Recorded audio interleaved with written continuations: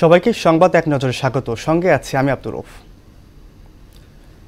আধিপত্য বিস্তারকে কেন্দ্র করে নরসিংদী রায়পুরায় আওয়ামী লীগের দুপক্ষের সংঘর্ষে ৩ জন নিহত হয়েছেন। তাৎক্ষণিকভাবে নিহতদের নাম পরিচয় জানা যায়নি। সকাল ৮টা থেকে বাঁশগাড়ি ইউনিয়নের দুপক্ষের মধ্যে ধাওয়া পাল্টা ধাওয়া ও সংঘর্ষের ঘটনা ঘটে। এ সময় টেটা ও বন্দুক যুদ্ধে ৩ জন নিহত হন।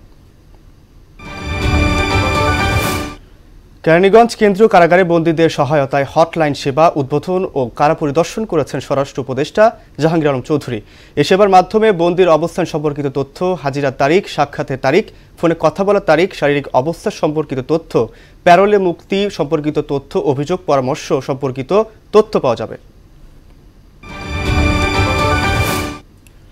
শীতে বিপর্যস্ত উত্তরের জেলা সিরাজগঞ্জ। ঘন কুয়াশা ও হিমেল বাতাসে স্থবিরতা নেমেছে জনজীবনে। হাসপাতালে বেড়েছে সর্দি, কাশি, হাঁপানি রোগীর সংখ্যা। নওগাঁয়ও ঘন কুয়াশার সঙ্গে বেড়েছে শীতের তীব্রতা। নওগাঁর বদলগাছিতে আজ সর্বনিম্ন তাপমাত্রা ৮.৬ ডিগ্রি সেলসিয়াস, আর এটাই চলতি মৌসুমে এই জেলার সর্বনিম্ন তাপমাত্রা। উত্তর আফ্রিকার দেশ সুদানে একটি হাসপাতালে ড্রোন হামলার ঘটনা ঘটেছে। ভয়াবহ এই হামলায় নিহত হয়েছেন ৬৭ জন, আহত হয়েছেন আরও অনেকে। গত শুক্রবার এই হামলার ঘটনা ঘটে। দাফুরুর অঞ্চলের ওই হাসপাতালে হামলার প্রাথমিকভাবে ৩০ জন নিহত হওয়ার কথা জানানো হলেও পরে মৃতের সংখ্যা বেড়ে দাঁড়ায় ৬৭ জনে।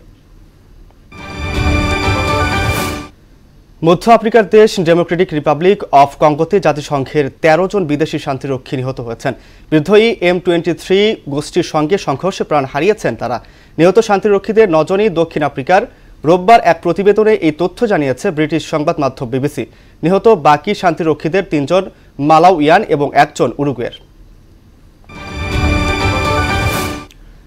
আজ থেকে আবারও ঢাকায় গড়াচ্ছে BPL এর খেলা। মিরপুরের মাটিতে দিনের প্রথম ম্যাচে দুপুর ১:৩০টায় মুখোমুখি হবে ফরচুন বরিশাল ও সিলেট টাইগার্স। একই মাঠে দিনের দ্বিতীয় ম্যাচে সন্ধ্যা ৬:৩০টায় মাঠে নামবে দুর্বার রাজশাহী ও টেবিল টপার রংপুর রাইডার্স।